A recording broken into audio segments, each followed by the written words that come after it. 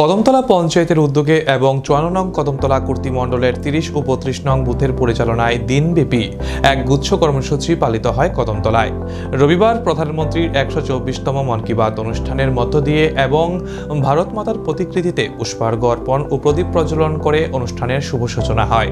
এরপর শতঊর্ধ্ব বৃদ্ধ বৃদ্ধাদের মধ্যে বয়স্ক বন্ধনা যোজনায় পঞ্চায়েতের পক্ষে আয়ুষ্মান কার্ড বিতরণ করা হয়। তাছাড়াও এই অনুষ্ঠানে উপস্থিত ছিলেন কয়েক শতাধিক পরিবারের মধ্যে আসন্ন স্বাধীনতা দিবস উপলক্ষে জাতীয় পতাকা তুলে দেওয়া হয়।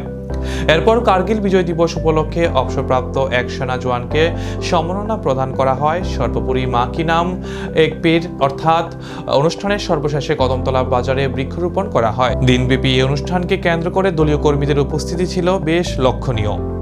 তারা চাকরি করুক কিংবা যে কোনো পেশায় থাকুক, তাদেরকে মাননীয় প্রধানমন্ত্রী নরেন্দ্র মোদীজি সম্পূর্ণ বিনামূল্যে বাৎসরিক ৫ লক্ষ টাকার চিকিৎসা দিচ্ছেন।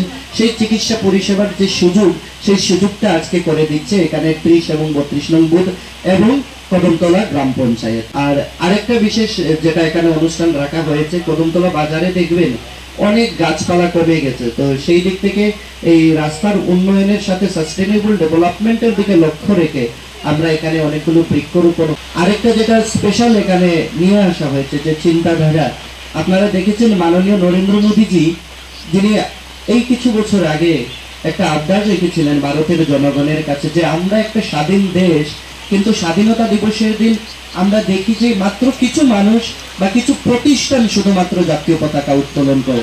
তো নরেন্দ্র মোদীজি বলেছিলেন যে সবাই কেন না আমরা বাড়িতে করি হর ঘর তিরঙ্গা অভিযান। সেই তিরঙ্গা অভিযানকে লক্ষ্য রেখে, তিরঙ্গা অভিযানকে সামনে রেখে কদমতলা গ্রাম পঞ্চায়েতের উদ্যোগে ১০০ পরিবারের মধ্যে হয়তো আপনাদের কাছে বাড়িতে আছে, তবুও আমাদের অনেকেই অনেক সময় কি হয় পতাকাটা হারিয়ে যেতে পারে বা অনেক সময় নষ্ট হয়ে যেতে পারে। সেই দিক থেকে লক্ষ্য রেখে গ্রাম পঞ্চায়েতের উদ্যোগে একটা টাকাও না নিয়ে সম্পূর্ণ বিনামূল্যে ১০০টা তিরঙ্গা আপনাদেরকে আজকে এখানে প্রদান করা হবে ১০০টা পরিবারের মধ্যে, যার লক্ষ্য একটাই।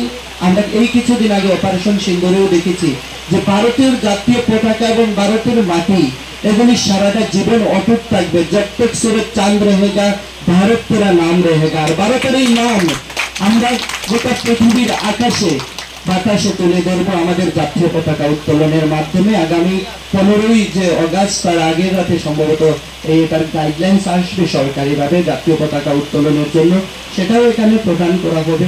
এই ১১ মাসের মধ্যে কদমতলাকে এগিয়ে নিয়ে যাওয়ার জন্য গোটা কদমতলা ব্লক এলাকার মধ্যে প্রায় ৫১ কানি জমিতে, মোর দেন ৫১ কানি জমি, অর্থাৎ ৫১ জন বেনিফিশিয়ারি যদি হয়ে থাকেন এক কানি করে জমি, সেখানে আমরা নতুন করে বৃষ্টির জল সংরক্ষণের লক্ষ্যে, ওয়াটার রিজার্ভেশনের লক্ষ্যে, গ্রাউন্ড ওয়াটার রিচার্জের লক্ষ্যে আমরা সেখানে পুকুর তৈরি করেছি মৎস্য দপ্তরের মাধ্যমে, যেটা একটা বিশাল সংখ্যায় ৫১ খানি নতুন জমিতে পুকুর হয়েছে। আমরা ১২ খানের মতন জমি রেনোভেশন করেছি গোটা কদমতলা আরডি ব্লক এলাকায়। আমরা এবছরের যে সার্ভে মোট ৩,০০০ গড়ের টার্গেট ছিল, যেটা সার্ভেতে প্রায় ৭,০০০ গড়ের মতন সার্ভে হয়েছে।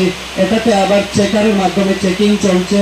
আপনাদের যারা গড় পাননি, এখানে দাঁড়িয়ে আমি বলছি যাদের গড় নেই, পাকা বাড়ি নেই, তাদের প্রত্যেককে গড় দেওয়ার দায়িত্ব নিয়েছেন মাননীয় প্রধানমন্ত্রী নরেন্দ্র মোদীজি, এবং সেই লক্ষ্যে আমরা কাজ করে যাচ্ছি।